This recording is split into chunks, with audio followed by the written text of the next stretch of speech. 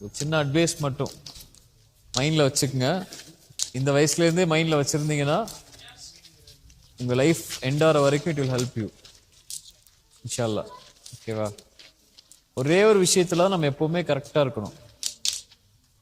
அல்லாஹ்வுடைய விஷயத்துக்கு பிறகு அல்லாஹ்வுக்கு செய்ய வேண்டிய விஷயங்கள் எல்லாம் கரெக்டாக செஞ்சதுக்கப்புறம் ஒரே ஒரு விஷயத்தில் ரொம்ப கேர்ஃபுல்லாக இருக்கணும்.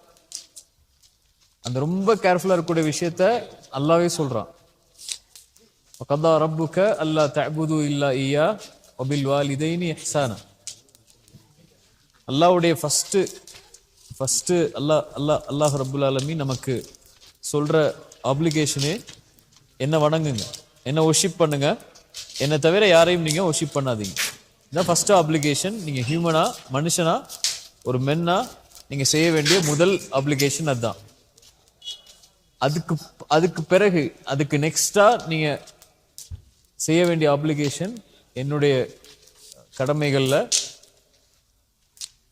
வபில் வாலிதைனி இஹ்சானா.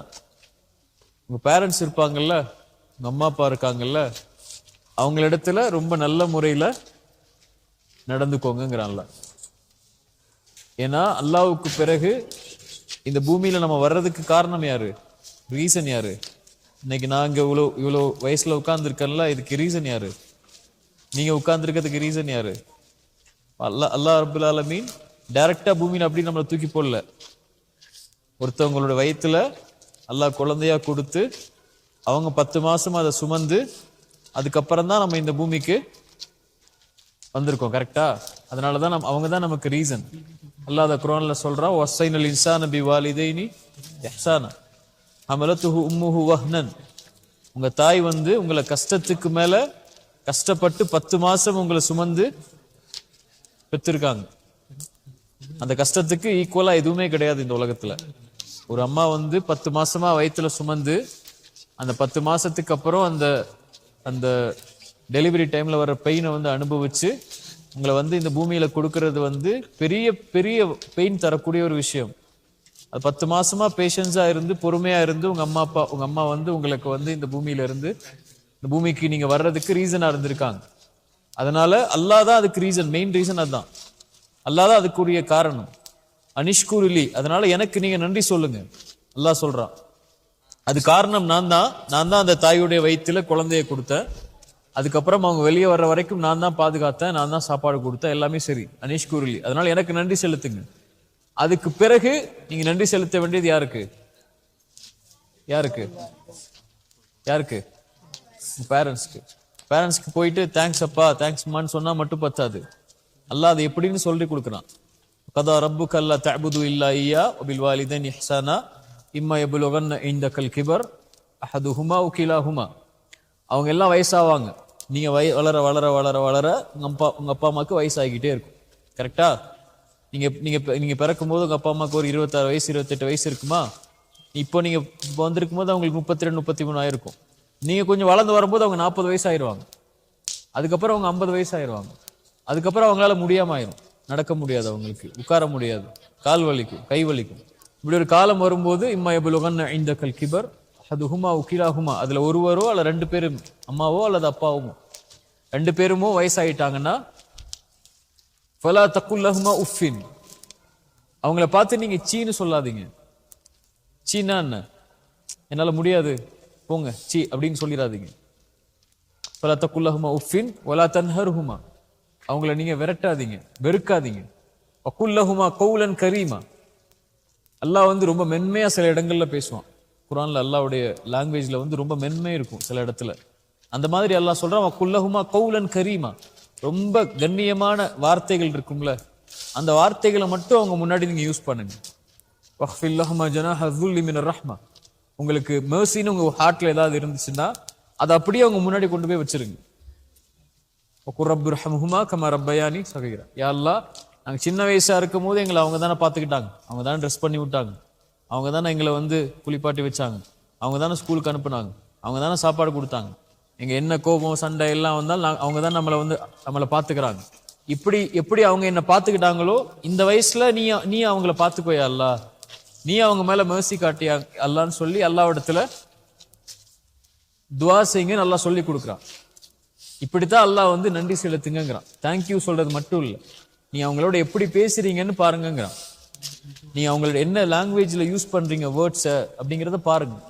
ரொம்ப கண்ணியமா யூஸ் பண்ணுங்க, ரொம்ப கண்ணியமா பேசுங்க, ரொம்ப கண்ணியமா நடந்துக்குங்க. அவங்க தான் அல்லாஹ்வுக்கு பிறகு நீங்க இம்பார்ட்டன்ஸ் கொடுக்க வேண்டிய ஒரு உறவு. அல்லாஹ்வுக்கு பிறகு ரொம்ப இம்பார்ட்டன்ஸ் கொடுக்க வேண்டிய ஒரு ரிலேஷன்ஷிப்னா இந்த உலகத்திலேயே யார் தான்? பேரண்ட்ஸ் தான். ரசூலுல்லாஹி ஸல்லல்லாஹு அலைஹி வஸல்லம் கேட்டாங்க, ரசூலுல்லாஹ் இந்த உலகத்திலேயே ரொம்ப நெருக்கமா வச்சிருக்க வேண்டிய ஒரு ஒரு ரிலேஷன் யாரு, ஒரு ரிலேஷன்ஷிப் யாரு, யாரோட? ரசூலுல்லாஹி ஸல்லல்லாஹு அலைஹி வஸல்லம் என்ன சொன்னாங்க? உம்முக், உங்களுடைய மதர். தும்ம உம்முக், அதுக்கு பிறகு உங்களுடைய தாய். தும்ம உம்முக், அதுக்கு பிறகு உங்களுடைய தாய். அதுக்கு பிறகு அபூக்க, உங்களுடைய தந்தை. சரியா? ரசூலுல்லாஹி ஸல்லல்லாஹு அலைஹி வஸல்லமும் அல்லாஹ்வும் நமக்கு சொல்லி கொடுக்கிறது என்ன? உங்க பேரண்ட்ஸோட ரொம்ப கண்ணியமா, ரொம்ப மர்சிஃபுல்லா நடந்து. சரியா? ஃபர்ஸ்ட் நம்ம நன்றி செலுத்த வேண்டியது அவங்களுக்கு, நம்ம இந்த பூமியில வந்ததுக்கு அவங்க ரீசன். அதுக்காக நம்ம அவங்களுக்கு நன்றி செலுத்தணும். செகண்ட் ஒரு ரீசன் இருக்கு அவங்கள்ட்ட இருந்து நமக்கு கிடைச்சது. என்ன கிடைச்சிருக்கு? அவங்கள்ட்ட இருந்து என்ன கிடைச்சிருக்கு? செகண்ட் என்ன கிடைச்சது? யாராவது சொல்லுங்க. அம்மா அப்பாட்ட இருந்து செகண்டா நமக்கு இந்த உலகத்துல ஒண்ணு கிடைச்சிருக்கு. நிறைய பேருக்கு அது கிடைக்காது.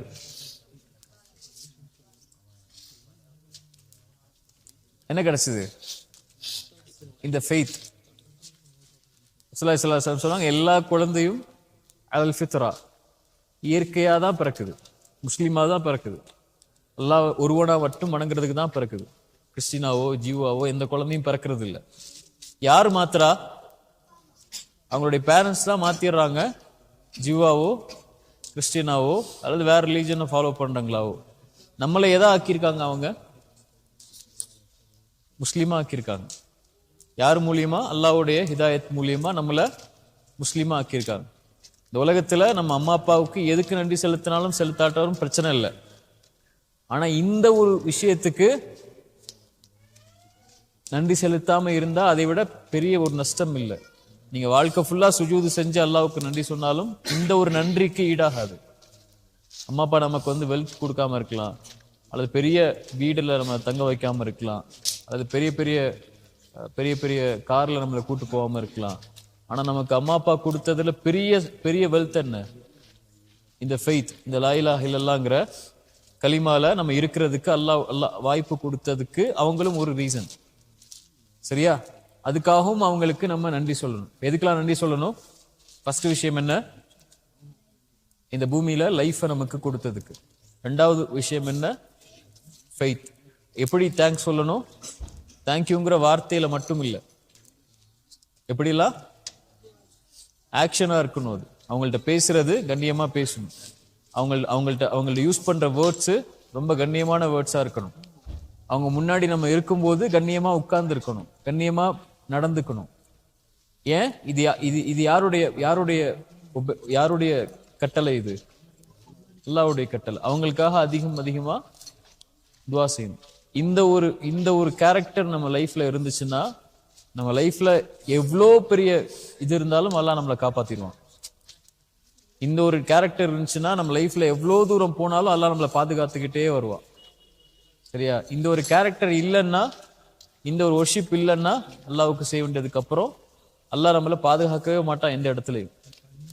அல்லாஹ்வுக்கு ரொம்ப கோபமான செயல் பெற்றோர்களை காயப்படுத்துறது, பேரண்ட்ஸை கண்ணியம் இல்லாம நடத்துறது, பேரண்ட்ஸ்ட கண்ணியம் இல்லாம பேசுறது.